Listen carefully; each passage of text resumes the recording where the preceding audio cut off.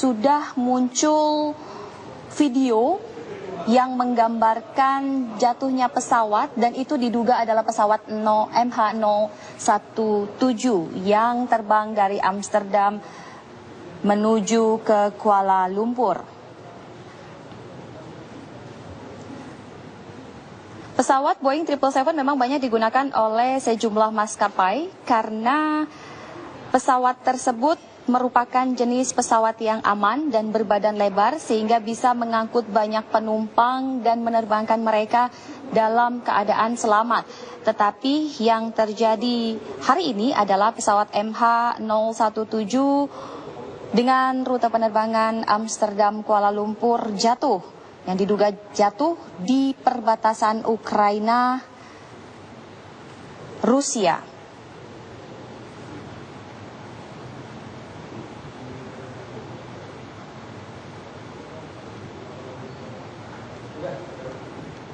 Sejumlah laman memang sudah mengabarkan jatuhnya pesawat Boeing 777 ini yang mengangkut 280 penumpang dan 15 awak. Tapi Bandara Schiphol Amsterdam sendiri seperti dikutip atau seperti kami kutip dari laman kantor berita Rusia Interfax, ini masih belum bisa menyampaikan laporan jatuhnya pesawat karena mereka belum mendapatkan informasi sampai sejauh ini. Dan ini merupakan siaran langsung dari salah satu stasiun di Rusia yang juga mengabarkan mengenai jatuhnya pesawat Malaysia Airlines yang membawa 280 penumpang dan 15 awak. Ini lokasi dugaan jatuhnya pesawat setelah ia hilang kontak dari otoritas udara Ukraina.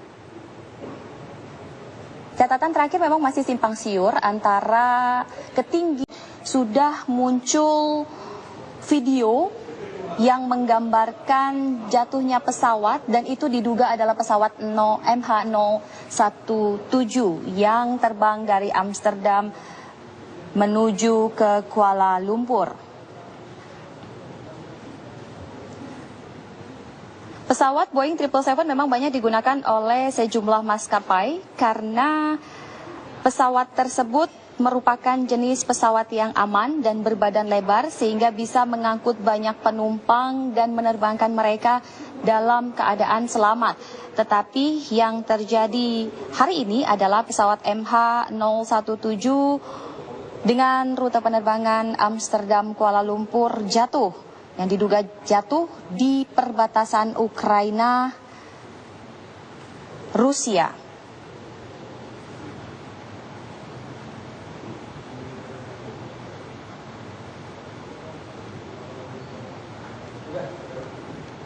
Sejumlah laman memang sudah mengabarkan jatuhnya pesawat Boeing 777 ini yang mengangkut 280 penumpang dan 15 awak.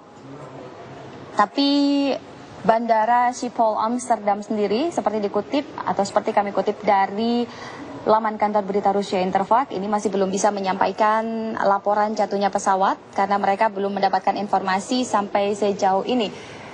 Dan ini merupakan siaran langsung dari salah satu stasiun di Rusia yang juga mengabarkan mengenai jatuhnya pesawat Malaysia Airlines yang membawa 280 penumpang dan 15 awak. Ini lokasi dugaan jatuhnya pesawat setelah ia hilang kontak dari otoritas udara Ukraina. Catatan terakhir memang masih simpang siur antara ketinggian.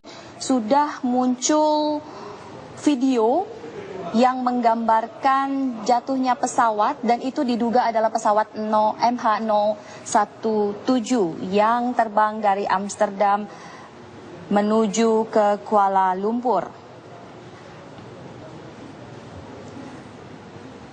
Pesawat Boeing 777 memang banyak digunakan oleh sejumlah maskapai karena pesawat tersebut merupakan jenis pesawat yang aman dan berbadan lebar sehingga bisa mengangkut banyak penumpang dan menerbangkan mereka dalam keadaan selamat.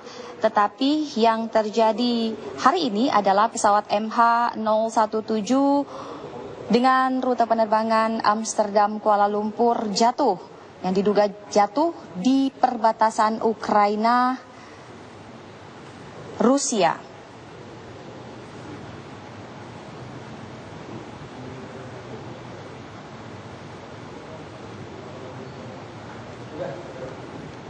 Sejumlah laman memang sudah mengabarkan jatuhnya pesawat Boeing 777 ini yang mengangkut 280 penumpang dan 15 awak. Tapi Bandara Schiphol Amsterdam sendiri seperti dikutip atau seperti kami kutip dari laman kantor berita Rusia Interfax ini masih belum bisa menyampaikan laporan jatuhnya pesawat karena mereka belum mendapatkan informasi sampai sejauh ini. Dan ini merupakan siaran langsung dari salah satu stasiun di Rusia yang juga mengabarkan mengenai jatuhnya pesawat Malaysia Airlines yang membawa 280 penumpang dan 15 awak. Ini lokasi dugaan jatuhnya pesawat setelah ia hilang kontak dari otoritas udara Ukraina. Catatan terakhir memang masih simpang siur antara ketinggian. Sudah muncul video yang menggambarkan jatuhnya pesawat dan itu diduga adalah pesawat MH017 yang terbang dari Amsterdam menuju ke Kuala Lumpur. Pesawat Boeing 777 memang banyak digunakan oleh sejumlah maskapai karena pesawat tersebut merupakan jenis pesawat yang aman dan berbadan lebar sehingga bisa mengangkut banyak penumpang dan menerbangkan mereka dalam keadaan selamat. Tetapi yang terjadi hari ini adalah pesawat MH017 dengan rute penerbangan Amsterdam Kuala Lumpur jatuh, yang diduga jatuh di perbatasan Ukraina Rusia.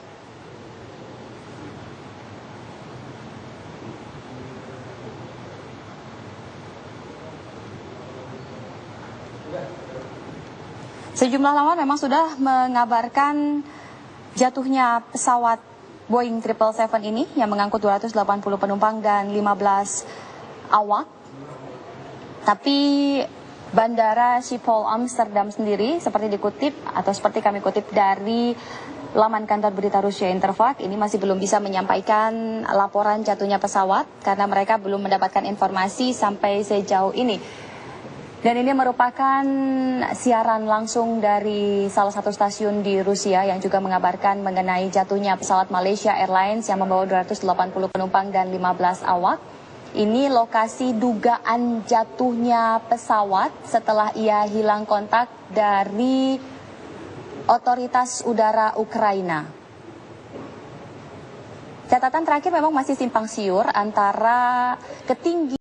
Sudah muncul video yang menggambarkan jatuhnya pesawat dan itu diduga adalah pesawat MH017 yang terbang dari Amsterdam menuju ke Kuala Lumpur. Pesawat Boeing 777 memang banyak digunakan oleh sejumlah maskapai karena pesawat tersebut merupakan jenis pesawat yang aman dan berbadan lebar sehingga bisa mengangkut banyak penumpang dan menerbangkan mereka dalam keadaan selamat. Tetapi yang terjadi hari ini adalah pesawat MH017 dengan rute penerbangan Amsterdam Kuala Lumpur jatuh, yang diduga jatuh di perbatasan Ukraina Rusia.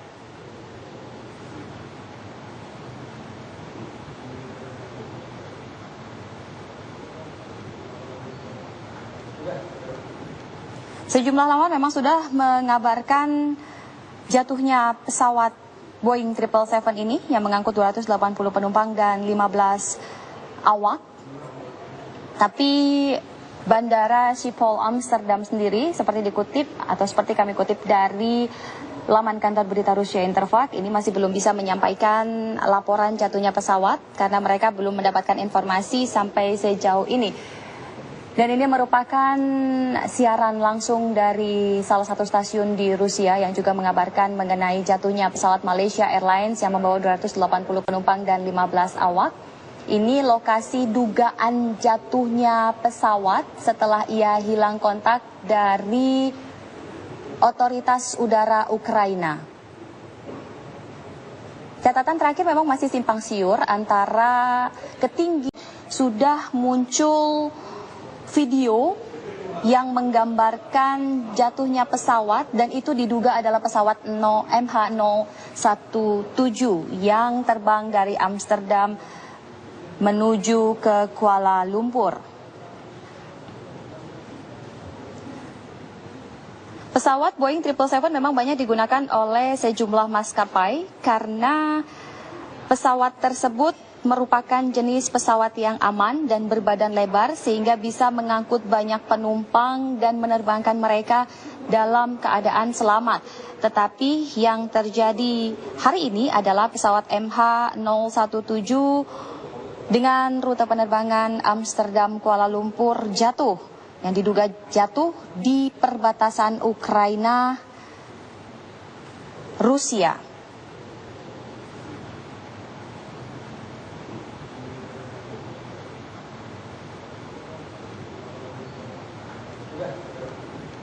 Sejumlah laman memang sudah mengabarkan jatuhnya pesawat Boeing 777 ini yang mengangkut 280 penumpang dan 15 awak. Tapi Bandara Schiphol Amsterdam sendiri seperti dikutip atau seperti kami kutip dari laman kantor berita Rusia Interfax, ini masih belum bisa menyampaikan laporan jatuhnya pesawat karena mereka belum mendapatkan informasi sampai sejauh ini. Dan ini merupakan siaran langsung dari salah satu stasiun di Rusia yang juga mengabarkan mengenai jatuhnya pesawat Malaysia Airlines yang membawa 280 penumpang dan 15 awak. Ini lokasi dugaan jatuhnya pesawat setelah ia hilang kontak dari otoritas udara Ukraina. Catatan terakhir memang masih simpang siur antara ketinggian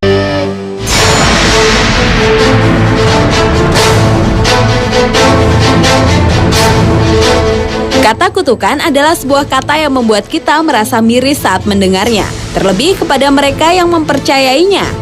Sesuatu yang berawal dari sebab akibat dengan segala keterkaitannya, kejadian yang serba kebetulan, sehingga sampai pada kesimpulan yang kerap dikaitkan dengan adanya faktor mistis. Seperti kejadian yang pernah dialami oleh para selebriti, publik figur, maupun tokoh dunia berikut ini. Dan On The Spot telah merangkumnya dalam kutukan paling aneh.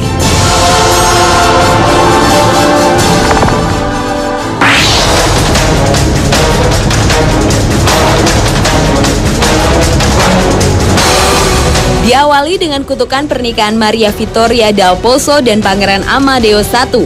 Kisah tragisnya bermula ketika Pangeran Amadeo dari Savoy mengumumkan bahwa ia akan menikahi Maria Vittoria Dal Pozzo, putri della Cisterna ke-6. Namun pernikahan tersebut tak disetujui oleh Raja Victor Emmanuel II dari Italia karena alasan bahwa Maria bukanlah keturunan kerajaan dan ia pikir anaknya yang tampan bisa mendapatkan wanita yang lebih baik dari wanita bangsawan tersebut. Meskipun demikian, Pangeran Amadeo I tetap menikahi Putri Maria pada 30 Mei 1867. Dan pernikahan yang seharusnya membawa kebahagiaan itu pun berubah menjadi pernikahan yang dipercaya oleh sebagian masyarakatnya sebagai pernikahan paling dikutuk dalam catatan sejarah. Serangkaian peristiwa naas menimpa rombongan pengantin, mulai dari meninggalnya wanita perancang gaun sang putri, lalu menyusul tewasnya kolonel yang memimpin prosesi tersebut yang jatuh dari kudanya setelah tiba-tiba mengalami sunstroke atau serangan jantung yang disebabkan oleh sinar matahari. Hingga tewasnya pendamping pengantin pria setelah menembak kepalanya sendiri usai upacara perkawinan. Serta masih banyak lagi serentetan peristiwa berdarah lainnya di sepanjang prosesi pernikahan tersebut. Namun pernikahan antara Maria Vittoria Dal Pozzo dan Pangeran Amadeo I ini berjalan harmonis selama 10 tahun kemudian, hingga akhirnya Putri Maria meninggal setelah komplikasi saat melahirkan pada usia 29.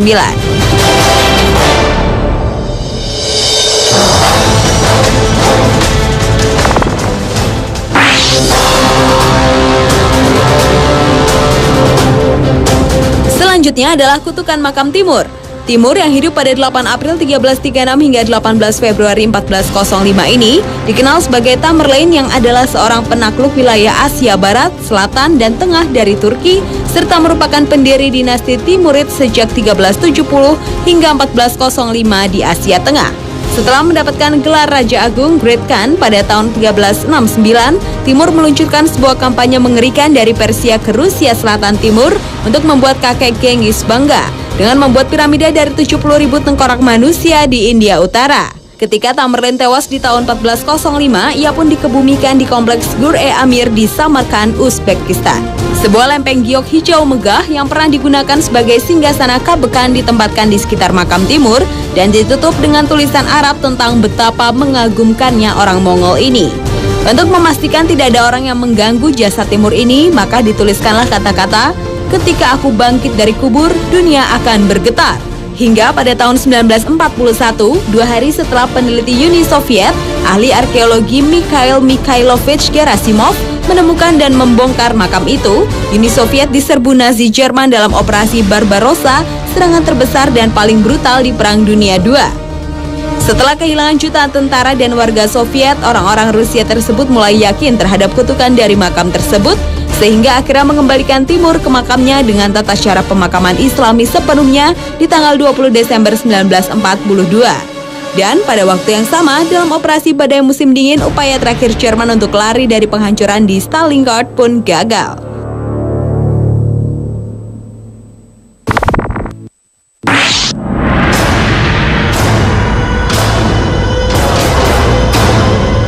Berikutnya adalah kutukan Ötzi atau yang dikenal sebagai manusia es, ditemukan di puncak gunung antara Austria dan Italia pada tahun 91. Selama 13 tahun selanjutnya, di samping banyak rumor tentang kematian oleh Ötzi, juga dikatakan adanya sebuah kutukan dalam jasad mumi Ötzi si manusia es. Di mana sejak penemuan Ötzi, tercatat 7 orang yang berhubungan dengan penemuan jasad muminya tewas mengejutkan. Mulai dari kematian Rainer Hahn, ahli patologi forensik yang memasukkan jasad Ötzi ke kantung mayat, tewas dalam kecelakaan mobil. Kurt Fritz, si pemandu gunung yang telah menemukan wajah manusia es untuk pertama kalinya, juga tewas dalam longsoran salju.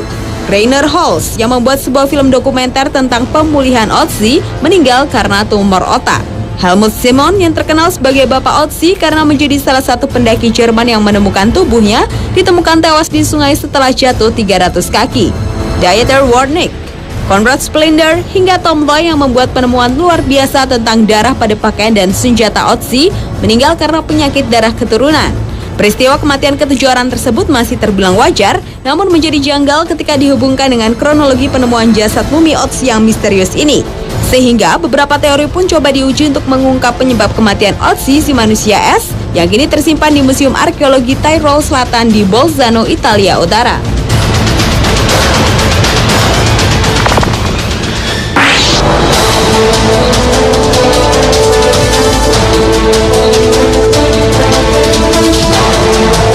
Kutukan berikutnya adalah kutukan dari klub 27, di mana musisi muda ternama seperti Brian Jones, Jimi Hendrix, Janis Joplin, Jim Morrison, dan Kurt Cobain tewas di usianya yang menginjak 27 tahun.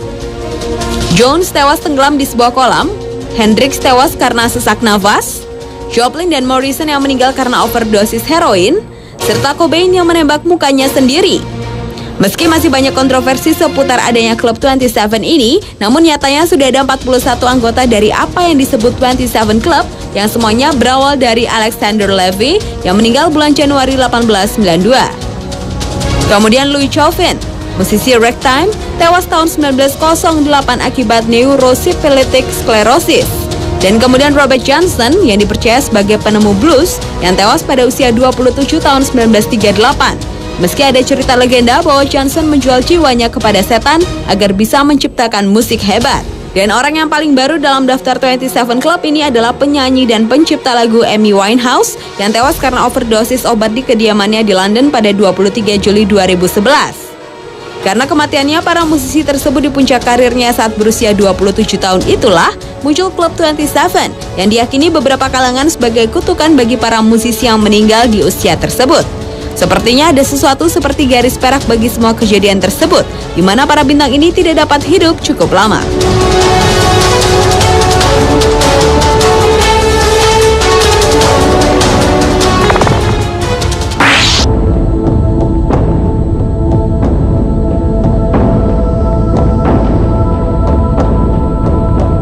Berlanjut ke kutukan nomor telepon. Bila biasanya kaum Tionghoa mempercayai yang namanya angka keberuntungan, kali ini nomor ponsel bisa menjadi kutukan untuk sejumlah alasan tertentu. Ponsel dengan nomor 0888888888 yang pertama kali digunakan oleh perusahaan telekomunikasi di Bulgaria pada awal 2000-an dan telah melewati beberapa tangan diyakini oleh sebagian orang memiliki unsur kutukan, di mana setiap orang yang memiliki nomor ini akan tewas dengan tiba-tiba. Tahun 2001, pemilik asal sekaligus CEO Mobitel, Vladimir Grasnov, tewas oleh kanker.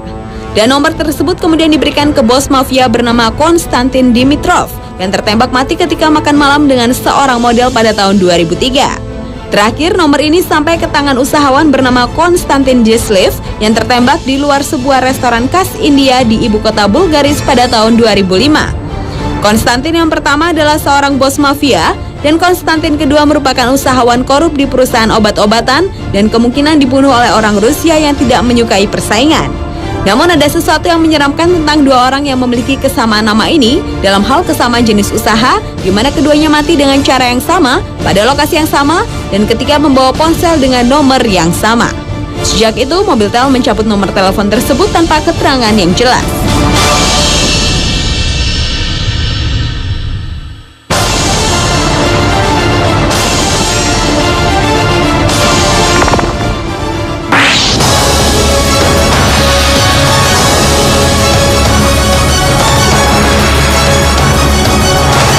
Dan kutukan paling aneh yang terakhir adalah kutukan Billy the Goat. Adalah Bill Sayanis, seorang imigran asal Yunani yang mengajak seekor kambing peliharaannya melihat pertandingan baseball antara Chicago Cubs dan the Detroit Tigers. Kambing bernama Murphy tersebut ia bawa serta dengan cara dipakaikan selimut dengan ditambahkan tulisan "We got Detroit's Goat". Sayanis dan kambingnya diizinkan melewati Wrigley Field dan sempat duduk di tempat di mana sesuai dengan tiket yang ia beli sampai mereka diusir dari stadium sebelum pertandingan atas perintah dari Philip Knight Wrigley, si pemilik Chicago Cubs, dikarenakan bau yang ditimbulkan dari kambing peliharaan itu. Sayanis pun marah dan bersumpah bahwa Chicago Cubs tidak akan pernah memenangkan permainan di Wrigley Field. Dan kutukan ini pun terlihat saat dengan jelas Cubs didegradasi ke Divisi 2.